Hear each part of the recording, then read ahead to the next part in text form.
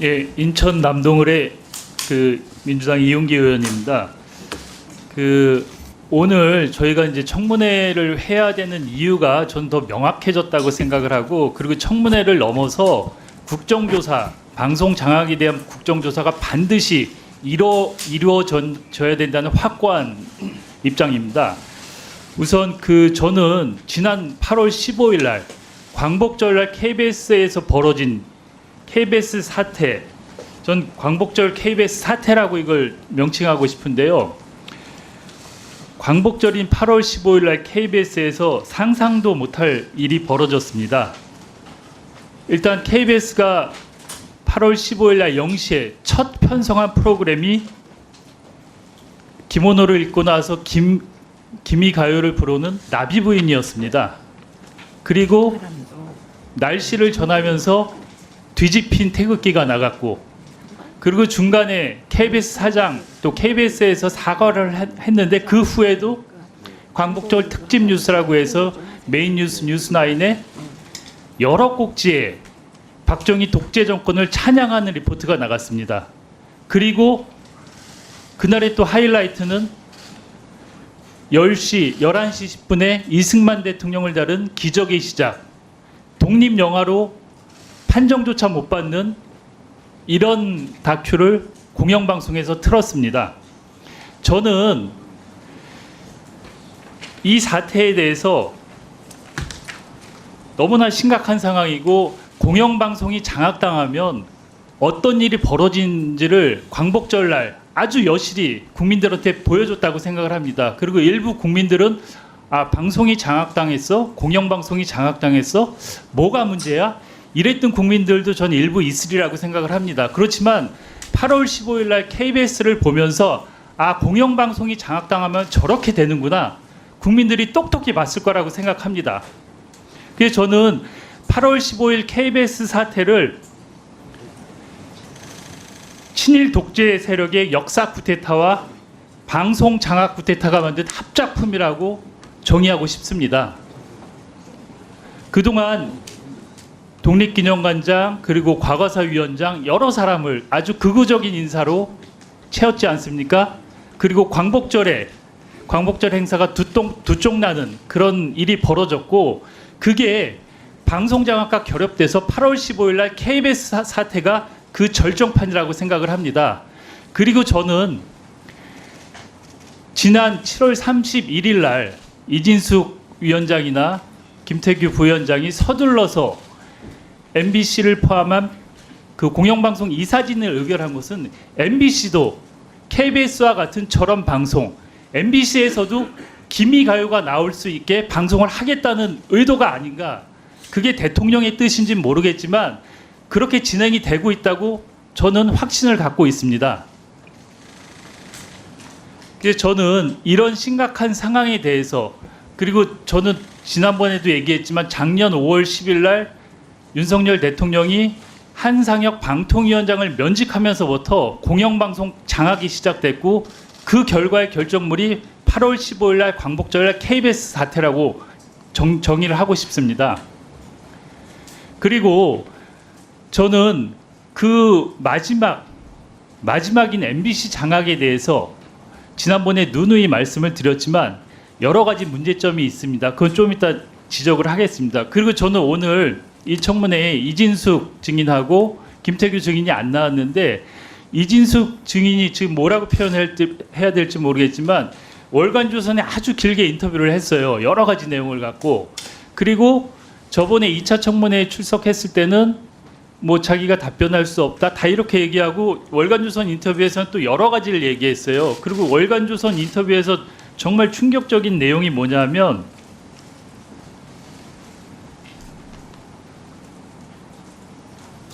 MBC를 사담 후세인 치하의 이라크에 빗대서 설명을 했어요. 그래서 외부의 강력한 힘으로 MBC를 무너뜨려야 한다, 이런 취지의 발언을 했어요. 그것도 지금 직무 정지 중이지만 방통위원장이 그런 얘기를 했어요. 방통위원장이 방송의 독립성을 지켜내야 할 방통위원장이 특정사에 대해서 외부의 힘으로 무너뜨려야 된다. 그리고 그걸 사담 후세인의 이라크의 비유를 하면서 얘기를 했어요. 자기가 종군 기자 출신이라 그런지 몰라도. 그러면서 MBC는 내부의 자정 능력을 기대할 수 없기 때문에 외부의 강력한 힘으로 무너뜨려야 한다. 전 외부의 강력한 힘이 무엇인지 모르겠어요. 그게 뭐 대통령의 힘인지 방통위원장의 힘인지 모르겠지만 저는 그 방통위원장이 이런 발상을 하는 것 자체가 저는 충분한 탄핵 사유라고 생각을 합니다. 그래서 저는 지난해 5월 10일 날 그 한상혁 위원장 대통령이 면직 이후에 공영방송도 붕괴되고 있고 방통위원회도 지금 붕괴되고 있다고 생각을 합니다.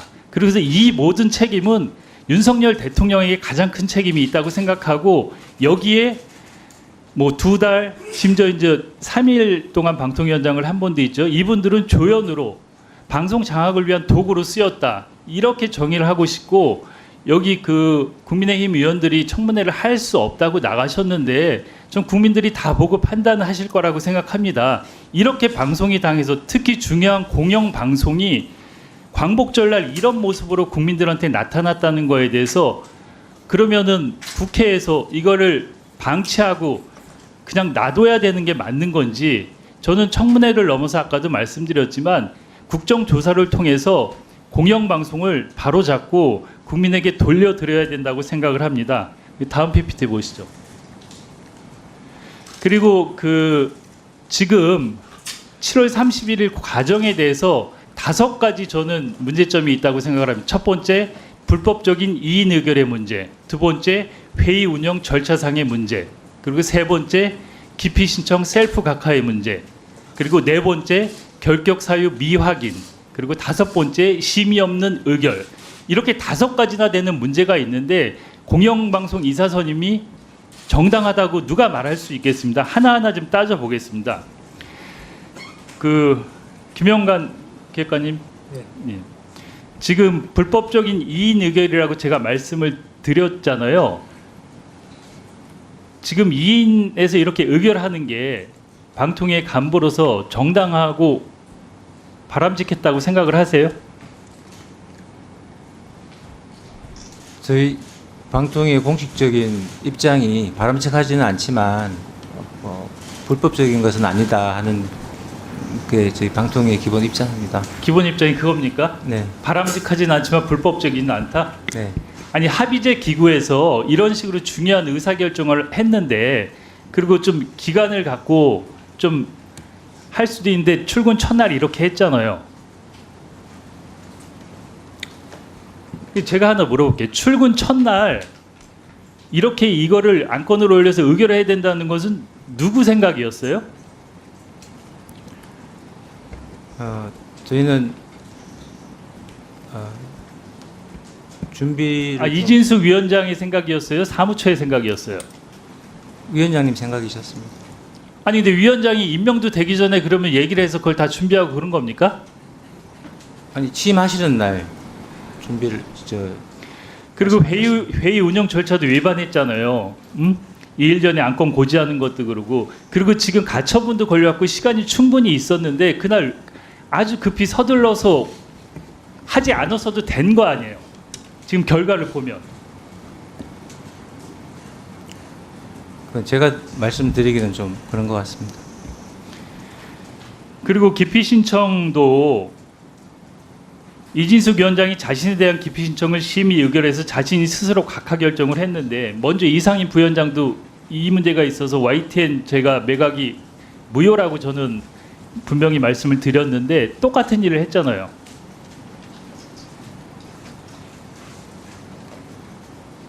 그리고 결격 사유 미확인은 지난번에 그 노정면 위원께서 당적 확인 문제 분명히 문제가 있고 확인 안 한 게 드러났잖아요. 이건 아주 심각한 사안이에요.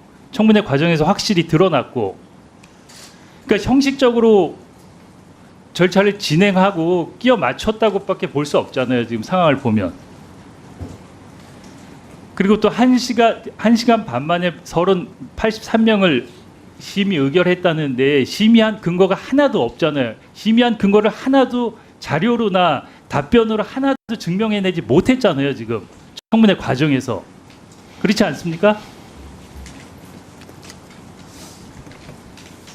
그래서 저는 이 7월 30일은 모든 게 일본이고 무효라고 생각을 해요. 그래서 7월 31일 날 공영방송 이사선임은 원천 무효고 다시 방통위원회를 구성해서 다시 제대로 구성해서 다시 진위 의결을 해야 된다는 게 저의 확고한 입장입니다. 예, 조인철 위원.